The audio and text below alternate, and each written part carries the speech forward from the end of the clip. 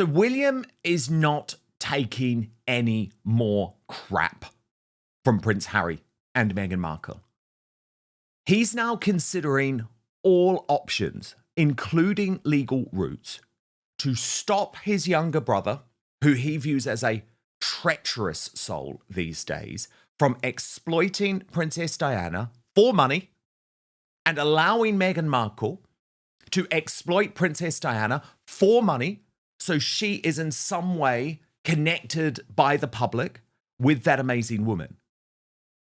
And this is all about the fact that Harry is going against an agreement that was made by the brothers at the 20th anniversary of Diana's death to no longer exploit her memory, to stop talking about her for good. But William has learned of this plan by Harry and Meghan to mark the 30th anniversary of Diana's death next year with a major documentary series likely for Netflix, which of course does go against that principled agreement. Now, what's interesting to me, and what we're going to discuss today, is whether William actually would be able to do this. Because of course he can appeal to Harry's morality, but does Harry have a sense of morality anymore? I would argue not, after the way that he has trashed his own family for the past 6 years. Legally, does what was a gentleman agreement made in public really mean that Harry could be stopped from doing this? I would be surprised. But I'm going to take you through this reporting, then we'll get analysis from our royal mastermind and Prince Harry's biographer, Angela Levin. But this is very interesting reporting from Radar Online, which says that Prince Harry is set to lawyer up on Prince Harry to stop him and Meghan churning out what they describe as a sickening Princess Diana 30th death anniversary doc.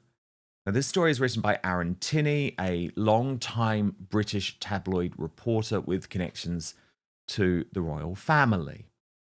And he writes, Prince William is said to be prepared to take legal advice over plans by his brother Prince Harry to produce a documentary marking the 30th anniversary of their mother, Princess Diana's death.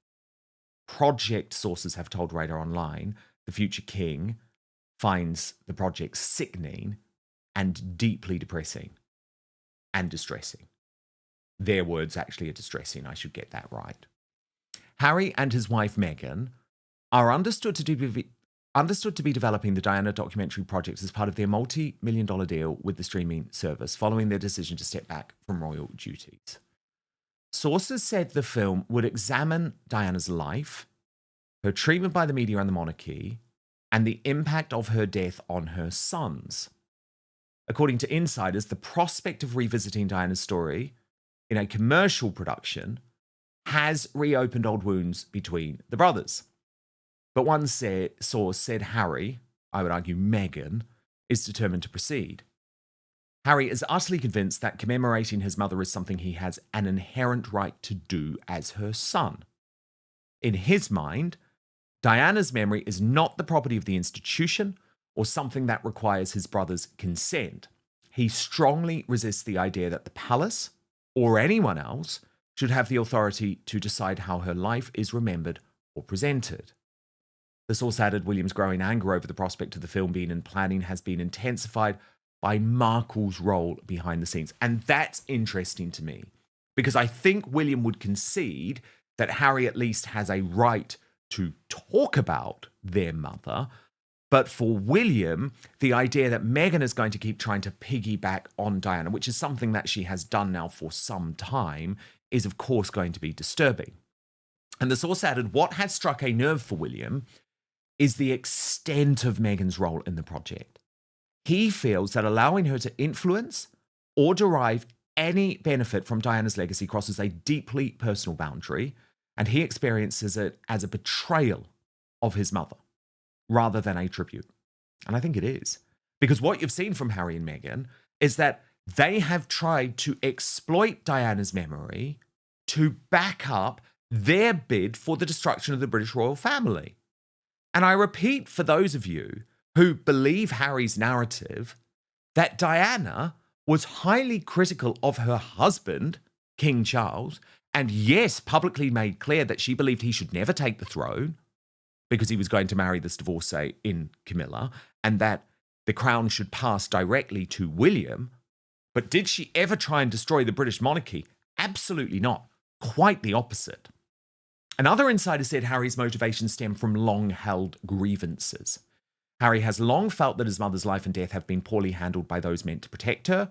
He believes that at critical moments when Diana needed empathy and support, the institution failed to provide it.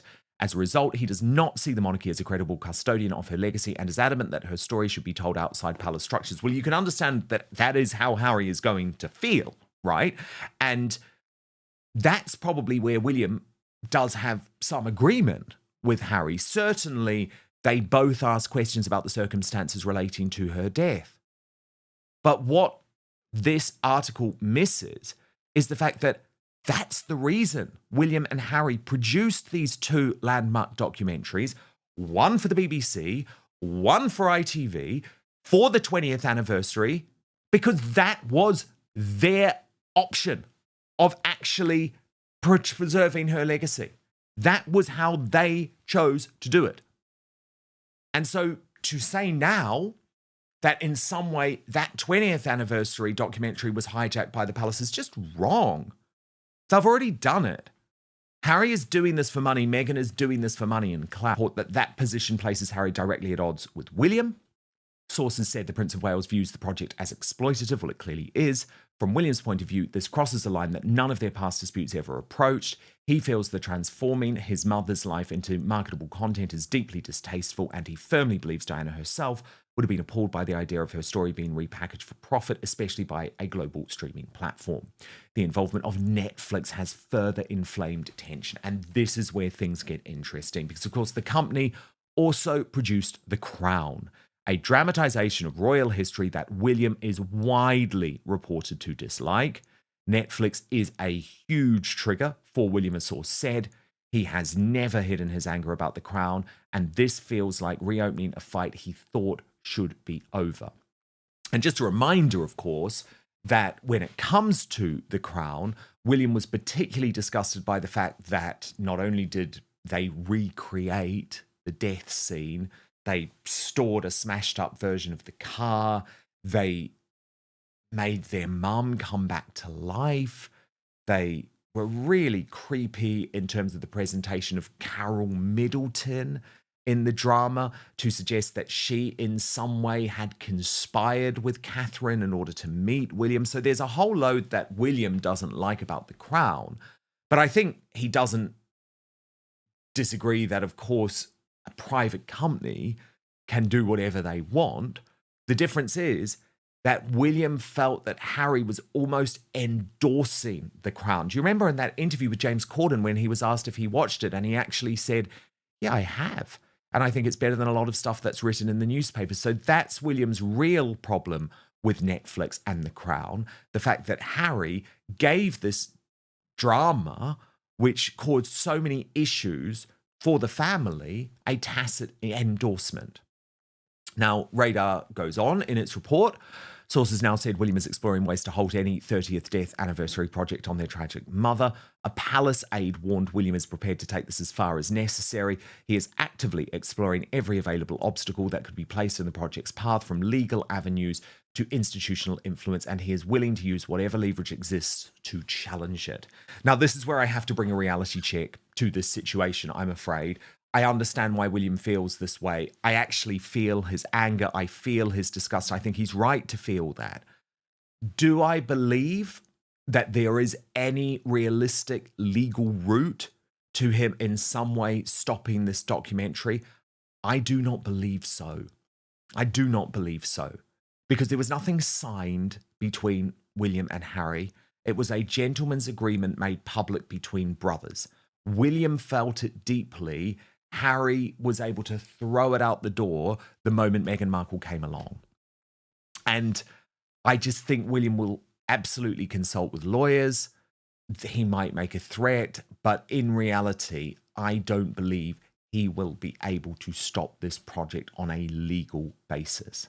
But Angela Levin, that doesn't make it morally right, Because, of course, what we know is that Harry absolutely was in lockstep with William, that after the 20th anniversary, after these two landmark documentaries for the BBC and ITV, that would be it in terms of big media around anniversaries of Diana's death. That was a decision they made as brothers. And I think by going against this decision, William has every right to feel betrayed by Harry. I think that is absolutely fair. I just doubt that he will actually be able to stop this. Am I wrong?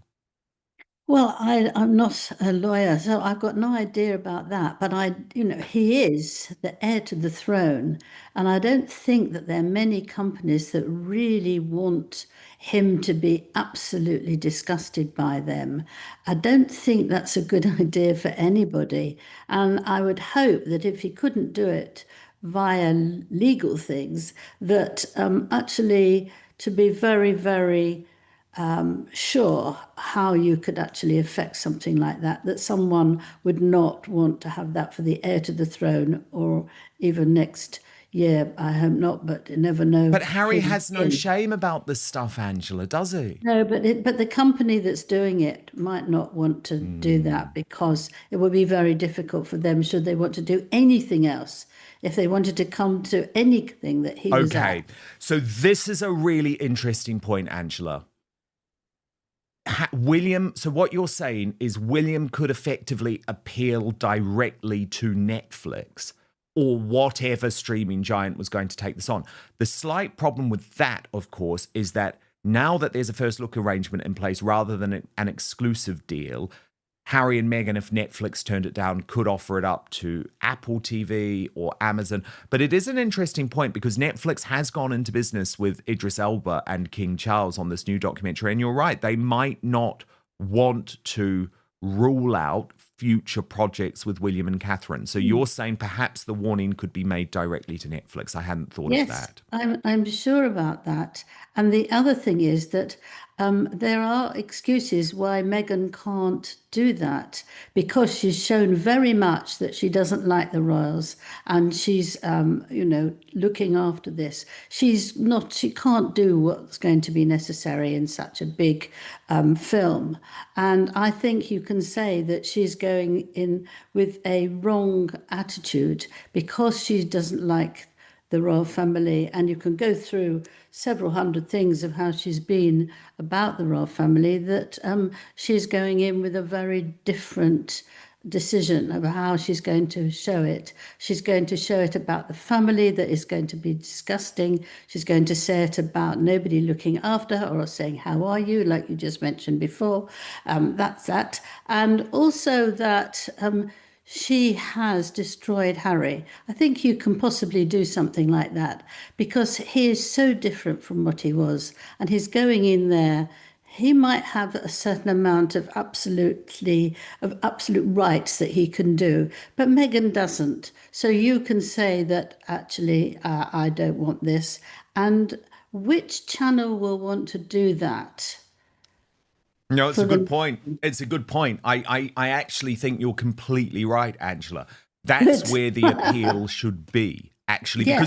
because there are only a few of these companies, and Amazon recently did the big special with King Charles, narrated by Kate Winslet. So there's some type of relationship there.